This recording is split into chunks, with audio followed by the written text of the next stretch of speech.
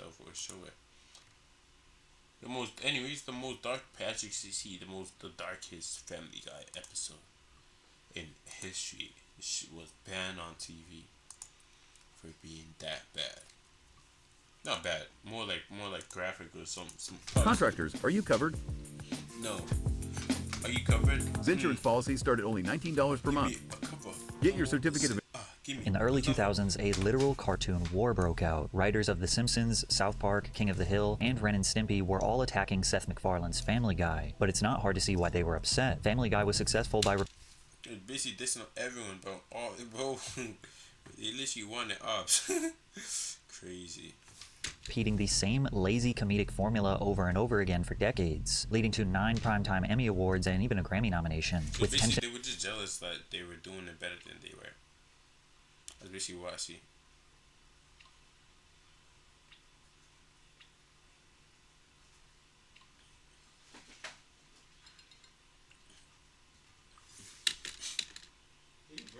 At an all-time high against Family Guy, Seth MacFarlane finally decided to respond to the criticism, and as a result, he created one of the most controversial episodes in animation history. It was so bad that the Fox network refused to air it on live TV, and many lost respect for Seth MacFarlane forever. What about South Park? They can go to hell. Seth MacFarlane had a dark sense of humor, and he wanted to push the boundaries in the animation industry. As a kid, he was obsessed with cartoons like the Flintstones and Woody Woodpecker. He would spend hours drawing and studying these classic animated shows. By the time he was 9, he was already publishing a weekly comic strip for his local newspaper. But unlike other aspiring animators who were writing kid-friendly cartoons, MacFarlane's humor was intentionally offensive. He wasn't interested.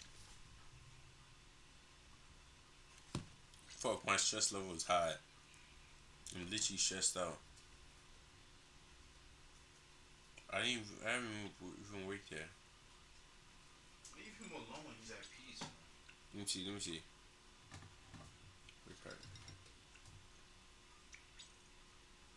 I got $700 per year, bro. It's a scam. Your classmate wants you to skip school with him. Nah. Fuck no. I'm a good you. Nope. I don't care about the relationship. Spend time. I'm spending time with Fisher. Or Fisher. I don't know why the hell they called him that. In heartwarming stories, he wanted to stir the pot with edgy jokes. Did he get in any trouble for his drawing? Yeah. What kind of stuff? He was the cartoonist for the school paper, and the character in his cartoon is taking communion. The comment underneath said, "Could I have fries with that, please?" And Seth can still remember how a local... Yo. Yeah. What kind of stuff? He was the cartoonist for the school paper, and the character in his cartoon is taking communion. The comment underneath said, "Could I have fries with that, please?" Yo, that's actually crazy, bro. That's actually crazy, bro. That's low-key bad if you think about it.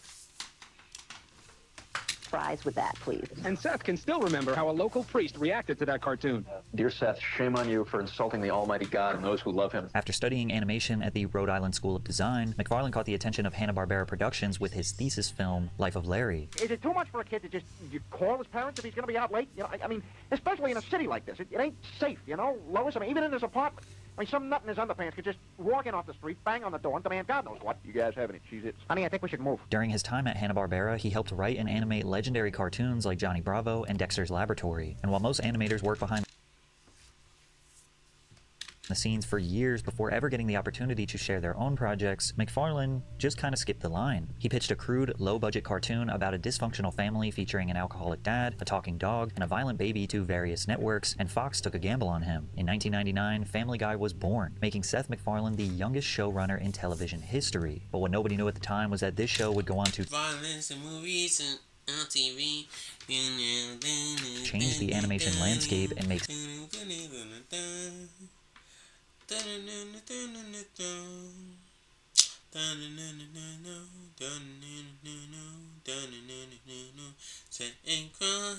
it's a family guy.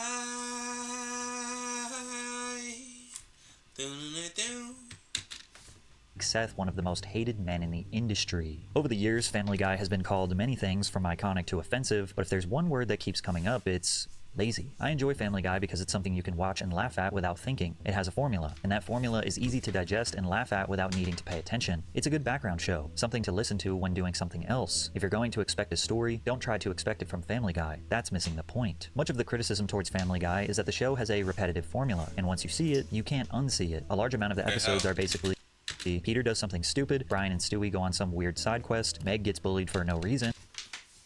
Yeah, dude, niggas, all the niggas be saying she looks like a boy or some shit. Yeah.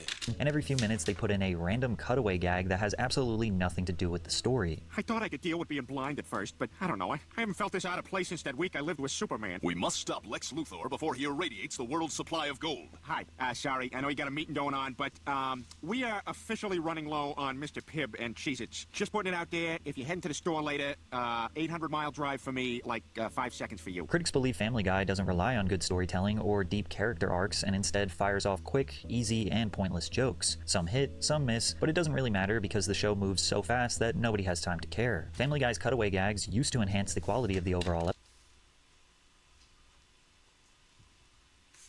episode, making the show's style unique, but over time they stopped being miss, but it doesn't really matter because the show moves so fast that nobody has time to care. Family Guy's cutaway gags used to enhance the Oh shit, the Pinocchio. Oh. Yo, this shit was actually sauce. Let's see it. Oh, Pinocchio, could you just laugh at me? I remember watching it, I still have it in my head, it's stuck in there.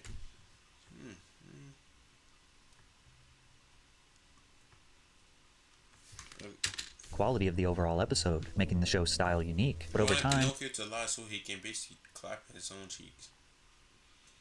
Pause. they stopped being objectively funny and became random for the sake of being random. Do you struggle to get your writing just right? I know that feeling. That's why I partnered with Graham. Peter, when did you become so polite? Oh, I've been hanging out with Caillou's beta dad. In fact, I'm meeting him at the park to eat unsalted saltines on the swings. I feel like you're wearing what Rachel Maddow would wear to a pumpkin patch. As the years went on, many thought that the show was using these gags as a way to fill up their time slot and maybe make up for poor writing. We know for sure this is how The Simpsons creator Matt Groening felt, because he did not shy away from blatantly making fun of Family Guy in front of their millions of viewers. At the start of 1999, Family Guy made its debut on Fox while The Simpsons was already on its 11th season. Immediately, the two shows were competing for viewers on the same network, with Family Guy pulling similar numbers to The Simpsons. The Simpsons officially ignited the beef in the episode Treehouse of Horror. In the episode, Homer discovers how to clone himself, but his attempts were not perfect. Some of the clones came out looking off. As the camera I'm guessing one of them ends up cloning Peter Griffin. It's basically saying Peter Griffin is a clone of Homer.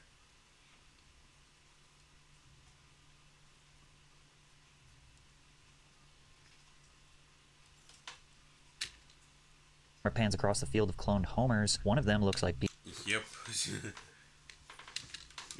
That's basically a sneak test. Oh, that is literally not a sneak. That's literally a test. You saying, oh, you're a bitch ass nigga. You're just a clone of me because I'm better. I'm the better version. That's basically what I'm hearing. That's literally what I'm hearing, bro. I'm seeing Peter Griffin. Seth MacFarlane realized that this was Groening accusing Peter Griffin of being a copy of Homer Simpson, and that accusation is not too far from the truth. The Simpsons pioneered adult animation in the mainstream, proving that animated shows could appeal to more than just kids and can oftentimes be edgy and controversial. And the genius behind the show was Matt Groening. Unlike Seth MacFarlane, who had a degree in animation, Matt Groening was just a self-taught hobbyist trying to make ends meet with his cartoons. In the late 70s, he was living in Los Angeles, barely scraping by, drawing and selling his own self-published magazine called Life in Hell. After his cartoon got the attention of Hollywood producer James Brooks, who produced talk shows and small TV shows, he asked Groening to make short animated skits for The Tracy Ullman Show, which resulted in Groening creating a batch of characters for these segments called The Simpsons. Is that how they actually look back then? Yo, they look chopped as hell, bro. What the hell? That's chopped. Here we have Bart Simpson, the young lad who captured the notorious candy store bandit. How does it feel to be a hero, Bart? Pretty damn good.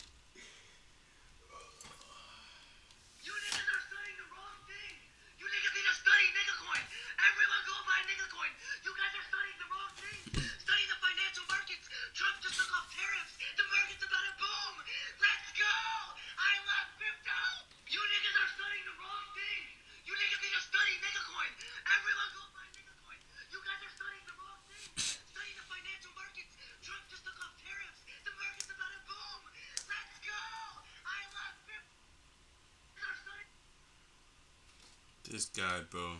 Developer of... What the hell, bro?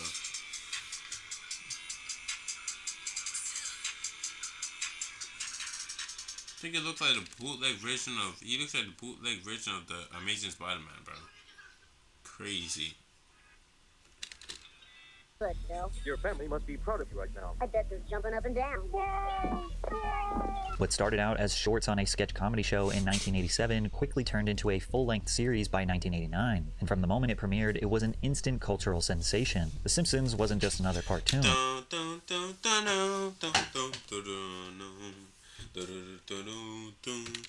It was the cartoon. The show took the classic family sitcom formula seen in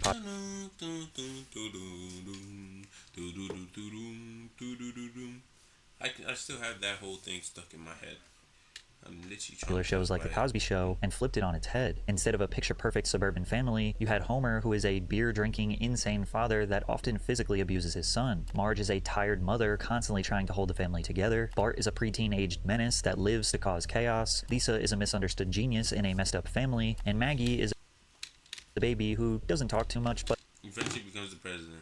But has a lot of personality. And not to mention the people of Springfield, which is filled with seemingly an endless list of side characters that fans would slowly get to know over the years, such as Ned Flanders, Krusty the Clown, Sideshow Bob, Snake, Professor Wasn't Krusty the Clown basically a weirdo? He literally was. Frank, and so many others. What made The Simpsons revolutionary was how it could go from making fun of politics and pop culture to having genuine interactions that made the characters feel real. Like, these weren't just wacky cartoon characters, they represented people that you knew in your real life. It wasn't just about gag humor, it was about telling great stories that happened to be hilarious, and it worked. By the early 90s, The Simpsons was the most watched show on television, with viewership peaking at 15 to 20 million viewers per episode. Family Guy, on the other hand, was canceled twice in its first 3 seasons, probably because many people felt it was the inferior copy of The Simpsons. However, they came back stronger than ever due to massive DVD sales and high ratings. Here we come. Loki, which one will I pick nowadays? I've not watched any of them in so long. So, which one will Things I on pick? reruns. The senior vice president of Fox Home Entertainment said, Family Guy had proved an unexpected success on DVD as well. The first boxed set of episodes has sold 1.55 million, ranking number 3 among television shows behind the first season of The Simpsons on Fox and Chappelle's Show on Comedy Central. After the show came back on air in 2005, it dominated, with the 4th season averaging 7.9 million viewers per episode, which at the time was more than twice as many viewers as South Park. And looking back on season 4, it's easy to see why it performed so. South Park is so good, bro. Even though they have like characters that are kind of a bit fucked up in the head. Well, He takes the beam. The spectators hold their breath. He's basically the genius, but like a kind of psychopath. As Stewie Griffin is America's last hope to take home the gold. Oh, did you see that, Mitch? I sure did, Kathy. That was impressive. Season 4 is called by some Peak Family Guy. It was paced well, funny, and just the right amount of offensive. The cutaways were tasteful, adding to the chaos without taking away from the story. And during Family Guy's resurgence in popularity, The Simpsons writers decided it was the perfect time to diss them once again. In Season 17, Episode 8 of The Simpsons, 2 Italian police officers are flipping through a book of known criminals. As they skip through the mugshots, you can see a picture of Peter Griffin with the crime of plagiarismo, which means plagiarism in Italian. The diss could not be more clear, again claiming that Family Guy is stealing the premise of The Simpsons. They also threw a bonus jab in at American Dad, which is Seth MacFarlane's other show, essentially saying they are a copy of a copy. And while these jabs feel like The Simpsons play fighting with Family Guy, South Park came out of nowhere and dropped an absolute bomb on them. A diss that was so brutal that multiple writers in the animation industry personally thanked them for attacking MacFarlane. Matt Stone and Trey Parker were just 2 film school kids from the University of Colorado who couldn't care less about what other people thought of their humor. They both believed that comedy could be as offensive and brutally honest as possible while also having a great story. In 1992, Matt and Trey met on the set of a student project. To pass time in between takes, they would do voices for each other trying to make the other one laugh, and they instantly became best friends. Need eating something? Oh, yeah. That's a cuttlefish and That's a cuttlefish and asparagus is not the sitting well. Isn't that what's it called? The basically the gay teacher. I think that's the voice actor for it.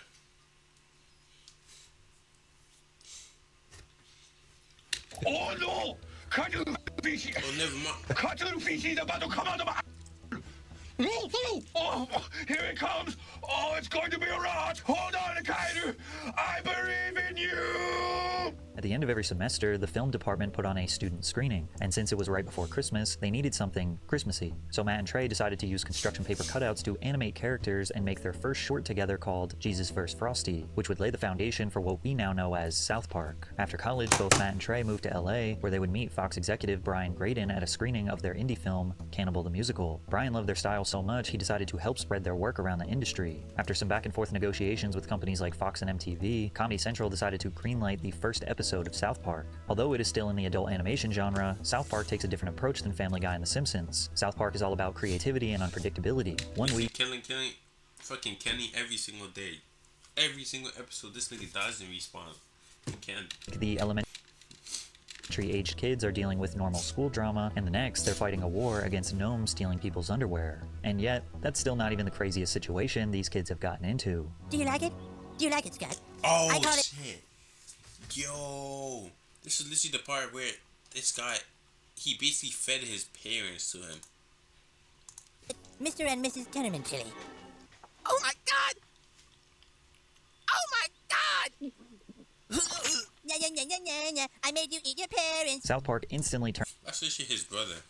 turned Comedy Central from a struggling cable network to a network powerhouse, pulling in between 3.1 and 5.5 million viewers per episode. By season 2, it was breaking records. On April 22nd, 1998, the episode Cartman's Mom is Still a Dirty pulled in 6.2 million viewers, making it the highest rated non-sports show in cable history at the time. To put it into perspective, 8 of the 10 most watched shows on cable that spring were South Park episodes. In just over 1 year, Trey Parker and Matt Stone took over cable TV. They also developed a seething hatred for Family Guy. When asked about how he feels about Seth MacFarlane's empire, Trey Parker said, "There's more and more stuff every day finding its way onto American television that I think is really great, but then you get this bubblegum shit that's just like, by the book, what we call 9-to-5 comedy writers. They mostly have families and kids, and that's the most important thing. And then they go into work and write comedy, and when it's 5 o'clock, it's time to go. It's gag humor, and gag humor drives us crazy, where it's just like, here's a gag, here's a gag. It's got nothing to do with what's going on in the show, just like, here's a gag." And anyone who writes comedy knows that that is the very easiest, simplest thing to do, and you don't really need any talent to do it. You just need to learn the craft and do it. Similar frustrations were expressed by John Kricfalusi, the creator of the iconic cartoon Ren and Stimpy. If you're a kid wanting to be a cartoonist today, and you're looking at Family Guy, you don't have to aim very high. You can draw Family Guy when everyone just hating on it. That's like it's basically them versus everyone. It's them versus everyone, bro. No one likes them for some reason. You know, they basically winning, but putting less effort into it. When you're 10 years old, you don't have to get any better than that to become a professional cartoonist. The standards are extremely low. Tensions in the animation industry were at an all-time high, with more people speaking out against Family Guy than ever. So in 2006, Matt and Trey decided to escalate the tension to a full-blown war. South Park released a 2-part episode titled Cartoon Wars. In the episode, Cartman really wants to sabotage. Who needs 21 speakers and handmade leather seats? Who doesn't? Maserati Grecale. Way too much is Family Guy because he hates their lazy gag writing. As Cartman arrives to the Fox Network writing room, he is shocked to learn that Family Guy is written by manatees who pick random idea balls from a tank. Each ball contains a verb, noun, or pop culture reference, which the manatees choose an idea. Oh yeah, I saw this. It basically show what Family Guy does. You just pick a random thing. It can show like balls or some other shit and another thing. And just show picking idea ball and swim it over to the joke combine. South Park essentially proves how formulaic and ridiculous Family Guy jokes are by assembling 5 idea balls that say laundry, date, winning, Mexico, Gary Coleman. Oh, remember when I had the date with Gary Coleman? Oh, there's some shit. You didn't do the laundry today. You think that's bad? Remember the time I won a date to Mexico with Gary Coleman? ¿Qué pasa, señores? What you talking about, Willis? When this episode released, millions of people around the world witnessed South Park brutally minimize Family Guy's value to the entertainment industry. And it turns out, Matt Stone and Trey Parker were not the only ones in the industry who hated Family Guy. After the first part aired, we got calls from people at The Simpsons saying thank you, because they actually hate Family Guy more than we do, even though they won't say it. And then we got calls from people that work on King of the Hill saying, they said, quote, "You're doing God's work." by ripping on Family Guy. And like, because Family Guy is kind of this, it's like the Justin Timberlake thing. It's like when you're a musician and you're doing your stuff and you're working hard and you're trying to do art, and then Justin Timberlake comes along and just rakes in all the cash and everyone thinks he's awesome. You're like, dude, come on, that's not that good. Up until this point, McFarlane never really responded to the jabs and criticism towards his show, but this attack was too big to ignore. Ironically, he didn't fire back at South Park. Instead, he shifted his anger towards his original haters, The Simpsons. However, many believe he took it too far, and this joke nearly destroyed his reputation forever. In a 2007 Family Guy episode titled Moving Out, at the bottom of the screen appears a bumper for The Simpsons, with a miniature Marge waving to the audience. Because both shows air on Fox, this could have easily been mistaken for a genuine promo. Then miniature Quagmire runs over and attempts to... Oh, he attempts a great prayer. Yo, what the hell, bro? What? Yo, when you see Quagmire, it's raps. To S.A. Marge. She fights him off and dashes off screen, but then Quagmire, with his pants around his ankles, chases after her. Then it cuts to a shot outside of the Simpsons' home where we can hear Marge and Quagmire having sex in the parents' bedroom. Homer then walks in, catching them, shocked. And from there, you can hear Quagmire shoot and kill the entire Simpsons family. Oh my god! Oh my god! You shot my homie! I'm calling the police! So, Simpsons, R-word, and murder. Yeah, that got dark real fast. This scene was so brutal, it actually never made it to live TV. The only reason we ever got to see this scene was because it was included in the Family Guy DVD box set. Also on the DVD, Seth MacFarlane does a director's commentary where he discusses this specific scene, doubling down that he feels this joke was not too far and it should have been aired. I'm not going to be diplomatic because what happened here was fucking bullshit. This is a gag I got a call from the network saying, you can't do this. You cannot do this gag. And with The Simpsons, and I said, why not? They've made fun of Family Guy like 5 times, which they're entitled to do. I mean, they make fun of everyone, and so do we. So why can't we take a little shot at them? And they said, well, because we want to end the feud.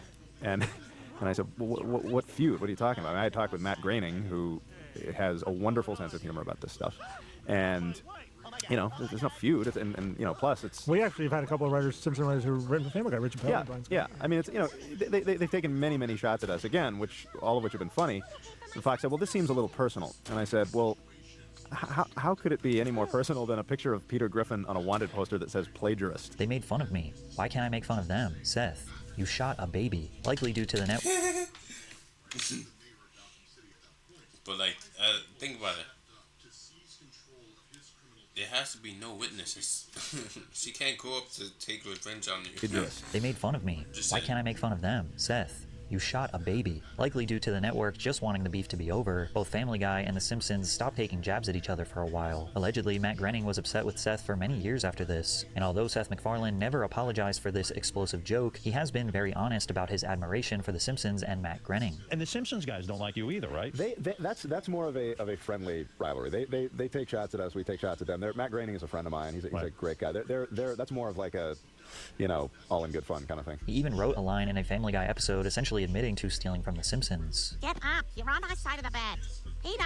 We act like we didn't take a lot from The Simpsons. We took a lot from The Simpsons. They seem to make amends by doing an official Simpsons and Family Guy crossover episode in 2014. However, there was still a tiny bit of tension behind the scenes. In the end, everyone from both camps loved it, except maybe Seth MacFarlane. The running theme of the episode was that Family Guy stole everything from The Simpsons. They made this point over and over and over and over. Apparently, at some point, Seth told his staff, guys, enough. It's clear that Seth MacFarlane does hold The Simpsons in high regard, but he also believes he deserves his respect. After all, Family Guy did win 9 Primetime Emmy Awards and is loved by millions of fans around the world. And it's actually because of this success that the South Park creators are jealous and hold resentment towards him, with Trey Parker saying, the biggest thing is... See, in life, when you're successful, you always have enemies. It's life. That you put everything into your show. It's like you've got to die for it. When you're an artist, you've got to say to yourself, this is all that matters, and if it kills me, so be it. And then you have the Family Guy writing staff who come in 9 to 5, write their gags, and go home. But what I absolutely must say to you is that this totally, purely 100% completely comes from a place of jealousy. Because when we're sitting there in our room, it's 3 in the morning and we're 12 hours from having to air, and we don't...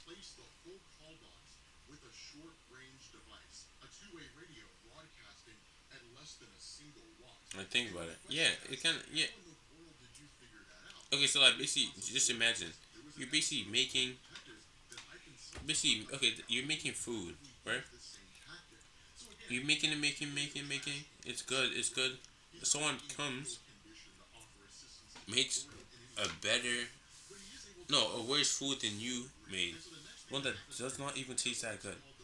And after, they start getting up. Many customers start coming to them. And there's nothing you can do about it. Then all the customers are going to them, even though your food tastes better, and you market it the same exact way. Of course, you get jealous. You want to take it down? Yeah, of course. Kind of reasonable.